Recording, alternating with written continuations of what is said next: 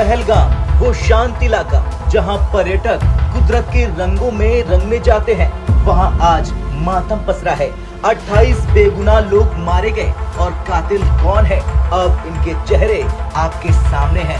भारतीय सेना ने जारी किए हैं 3 खूंखार आतंकियों के स्केच और अब आदेश साफ है, देखते ही ठोक दो। पहलगाम में जो हुआ वो न सिर्फ दिल दहला देने वाला था, बल्कि इस बात की चेतावनी भी है कि अब समय जवाब देने का है। 22 अप्रैल को जम्मू कश्मीर के पहलगाम में एक बड़ा आतंकी हमला हुआ। 28 निर्दोष पर्यटकों की जान ले ली गई, सिर्फ इसलिए कि वो भारत की सरजमी पर खुशी से जीना चाहते थे। इन आतंकियों ने निहत्थे और बेगुनाह पर्यटकों को निशाना बनाया, बोलते ही गोलियां चुन चुन कर मारी गई।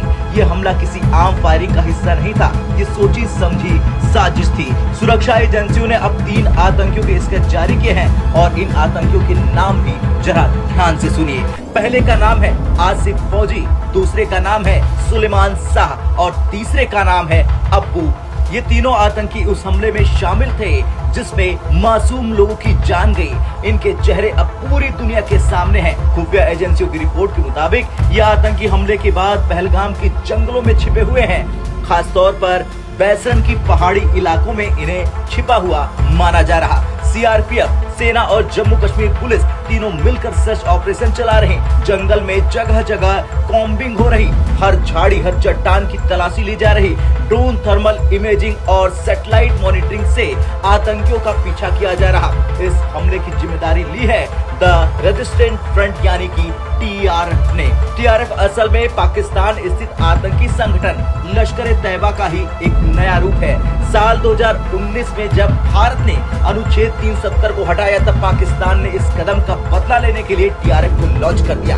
पहले ये सिर्फ ऑनलाइन प्रोपेगेंडा चलाते थे, लेकिन अब ये मैदान में उतर चुके और सीधे निर्दोषों पर वार कर रहे हैं। टीआरएफ का गठजोड़ तहरीके मिल्लत इस्लामिया और गजनवी हिंद जैसे आतंकी संगठनों से है, यानी ये पूरा नेटवर्क पाकिस्तान की आईएसआई के इशारों पर चल रहा और मकसद है कश्मीर में खून खराबा बढ़ाना। इस हमले के बाद सिर्फ भारत ही नहीं बल्कि पूरी दुनिया सकते में है। अमेरिका, फ्रांस, जर्मनी, इजराइल सभी ने इस हमले की कड़ी निंदा की है, लेकिन अब निंदा के आगे बढ़ने का समय है। भारत सरकार ने साफ कर दिया है कि आतंक के खिलाफ जीरो टॉलरेंस पॉलिसी जारी रहेगी। सेना को फ्री हैंड दे दिया गया है, जहां दिखे आतंकी वहीं ठोको।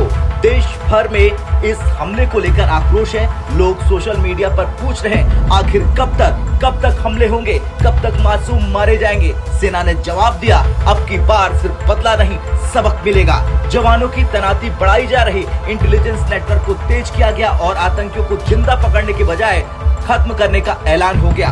तीनों आतंकियों के स्केच अब पूरे इलाके में फैला दिए गए हैं। हर पोस्टर पर लिखा है, देखते ही गोली मारो। अब ये एक मोस्ट वांटेड हंट है और जैसे ही आतंकी सेना की रडार में आएंगे, उनका अंत तय है। खैर, ये लड़ाई सिर्फ सेना की नहीं, ये हम सब की है। ये लड़ाई उस कश्मीर के लिए है जहां हम सब अमन और प्यार के साथ रह सके, जहां न कोई पर्यटक डरे, न कोई माँ अपने बेटे को खोए।